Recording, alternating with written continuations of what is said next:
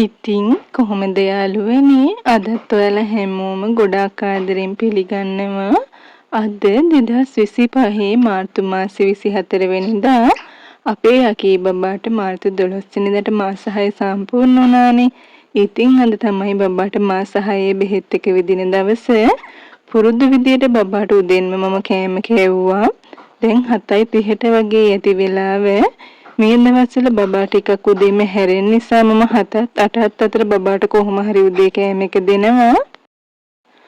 ඔන්න දැන් වෙලාව 9යි. මම අකී බබාට පහසුවෙන් ගලවන්න පුළුවන් නිසා ගවුමක් අන්දව ගත්තා. මොකද අද බබාගේ කකුලට එන බෙහෙත් එක විදින්නේ. ඒ නිසා දැන් අපි ගෙදරින් පිටත් වෙන්න තමයි හදන්නේ. අකී මැනික නම් නටනට ඉන්නවා ඉතින්. මොකද එයා හරිම ආසයි වාහන වල යන්න.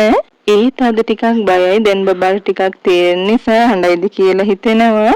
ඒ නිසා ඔන්න අද අපි අත්තමවත් එක්කගෙන යනවා. දැන් වෙලාව 10:45යි. අපේ අකී මැනිකට බෙහෙත් ඉදලා ඉවරයි. අද පංචසංයුග එන්නතේ 3 වෙනි මාත්‍රාව තමයි බබාගේ වම් කකුලට විද්දේ. ඒත් එක්කම පොලියෝ මුක එන්නත සහ විටමින් A කියන බෙහෙත් දෙක බබාට බොන්න කට දැම්මා. හොඳටම හඬයි කියලා බය වුණාට මොකෝ අපේ චන්ඩිය ඇඬුවේ නම් නෑ. චන්ඩියෙක් වගේ බෙහෙත් එක විද්දට පස්සෙත් හිටියා. ඉතින් බෙහෙත් එක විදලා විනාඩි 20ක් ගියාම අපච්චියාව අපි එක්කගෙන යන්න. දැන් අපි ගෙදර යන ගමන් තමයි ඉන්නේ. ඔන්න 11 වෙද්දී අපි ගෙදරට ආවා. ඒ ඇවිත් බබාගේ ඇඳුම් ටික අයින් කරලා මම ගෙදරට අඳින කරිස්මාක් විතරයි බබාට ඇඳුවේ. මොකද උණේන නිසා ඇඳුම් අඳවලා තියන්නේ නැහැනේ අපි බබාට බෙහෙත් දීපු දවසට. තාමත් බබාට කකුලේ පහසුවක් නැහැ. හොඳට සෙල්ලම් කර කර ඉන්නවා. ඊට පස්සේ මම උෂ් එකක් දාගෙන ආවා. බබාට තාම නම් අපහසුයක් නැහැ. දැන් වෙලාව 11:30යි. බබාට අපහසුයක් නැති වුණත් මට උණ පොඩ්ඩක් බලන්න හිතුණා. මොකද ඇඟ රත් වෙලාද දන්නේ නැහැ නේ නිසා.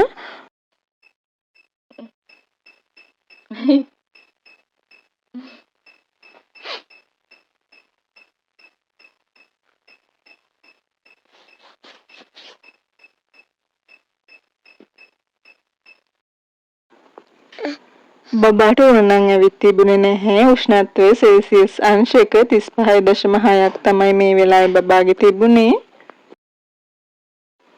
මේ දවස්වල ගොඩාක් රස්නේ. ඒ නිසා මම බබාට ෆෑන් එක දැම්මා. මොකද කාමරේ ඇතුළෙම ඉන්නේ. ඒ නිසා ගොඩාක් රස්නේ දැනෙනවා. අද නාවන්නත් බැහැනේ තින් බබාව. ඒ නිසා දාඩි නැති වෙන්න ෆෑන් එක දාලා තියෙන එක හොඳයි කියලා මම හිතුවා. ගෙදර ආවට පස්සේ කිරි බීමේ නැති නිසා මම දැන් බබාට කිරි ටිකක් දෙනවා. කලින් බෙහෙත් දීපු දවස්වල වගේම බබාව ඇඳේ තියලම තමයි මම කිරි දුන්නේ. මොකද කකුලට විතරක් බෙහෙත් දීද්දා කකුල තැලෙන්න පුළුවන්. එහෙම වුණොත් කකුල රිදෙනවා, ඉදිමෙනවා, ඒ වගේ ගැටලු වෙනවා. කකුල තැලුනොත් එහෙම බබාට උණ එන්නත් පුළුවන්. ඒ නිසා මම ඇඳේ තියලම කිරි දුන්නා.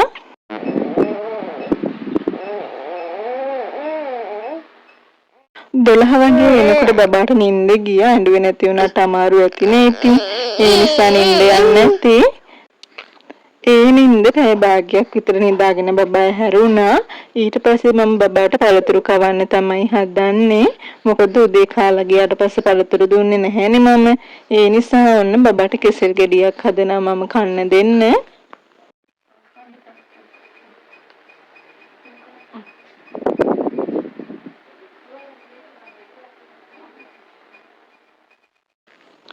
බබාට තවමත් කකුලේ කිසිම අපහසුයක් නැති නිසා පුරුදු විදියට මම බබාව ඔඩොක්කට අරගෙන තමයි කෙසෙල් කවන්නේ.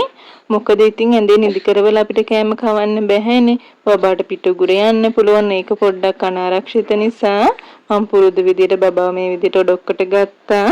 ඒ අරගෙන බබාගේ කකුල රිදෙන්නේ නැති වෙන්න අල්ලගෙන තමයි බබාට කෙසෙල් කැවුවේ. කෙසෙල් කාලත් බබා ටිකක් නිදාගත්තා. දැන් වෙලාව 3 පහු වෙලා තියෙන්නේ. බබාට තවමත් උණ නම් ඇවිත් නැහැ. ඒත් මට හිතුණා උණ පොඩ්ඩක් බලන්න ඕන කියලා.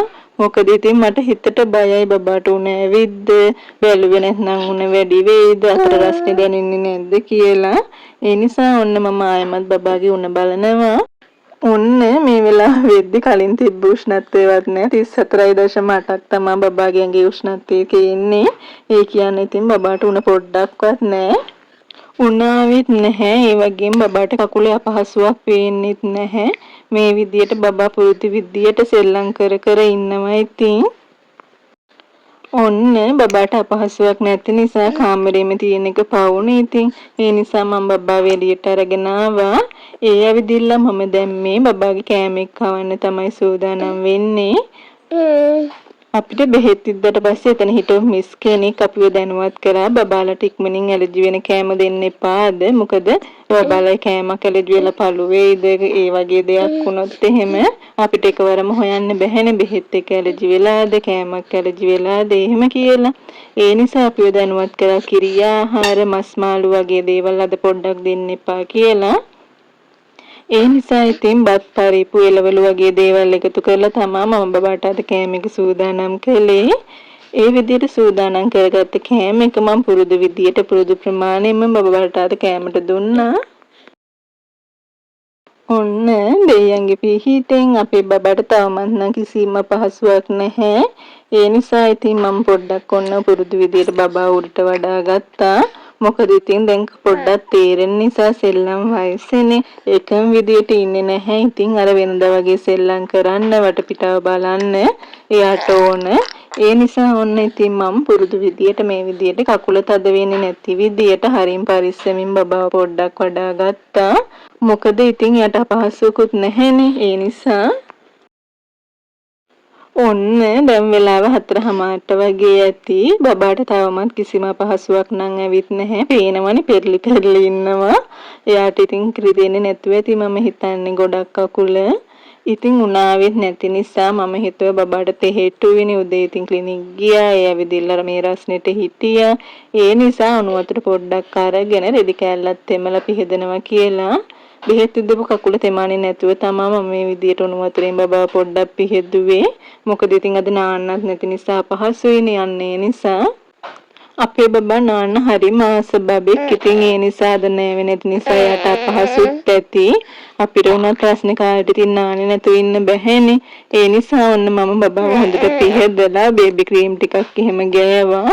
එහෙනම් ඉතින් තෙහෙට්ටුයි අර උදේ හිටපු විදිහටම ඉද්දි. එතකොට ඉතින් ඇඟට කොහොමත් අපහසුයිනේ. ඒ නිසා ඔන්න හොඳට පිහදලා මේ විදිහට ක්‍රීම් එහෙම ගාලා බබාව පිරිසිදු කරා මම. ඔන්න බලන්නකො ඊට පස්සේ ඉතින් බබා හොඳට සෙල්ලම් කර කර ඉන්නවා.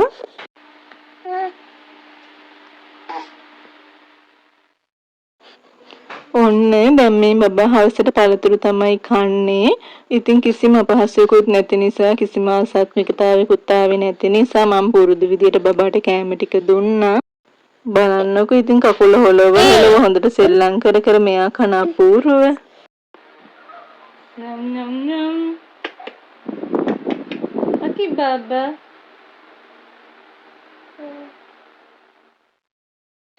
ඔන්න ඉතින් මෙන්න මේ විදියට තමයි අපේ අකීමැණිකට මාස 6 බෙහෙත් එක විදපු දවස ගත වුණේ.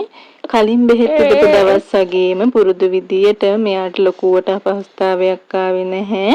උනාවෙත් නැහැ අපේ බබාට. ඉතින් මම හිතනවා බෙහෙත් එක විදපු එක ගැන අත්දැකීමත් ඔයාලට ප්‍රයෝජනවත් වේවි කියලා. අනිත් දවස්වල වගේ මට විශේෂයෙන්ම කියන්න තියෙන්නේ බබාගේ බෙහෙත් දෙපු තැන තැලෙන්න දෙන්න එපා. ඒ වගේ තැලිලා එහෙම වුණොත් තමයි බබාට උණ එන්නේ. බබාගේ බෙහෙත් දෙපු තැන පුළුවන් තරම් පරිස්සම් කරගන්න බලන්න. එහෙනම් අදට මම ගිහින් එන්නම්. ඔයාලා හැම කෙනෙක්ම පරිස්සමින් ඉන්න. සුදු පුත්ත බබා බබා බබා බබා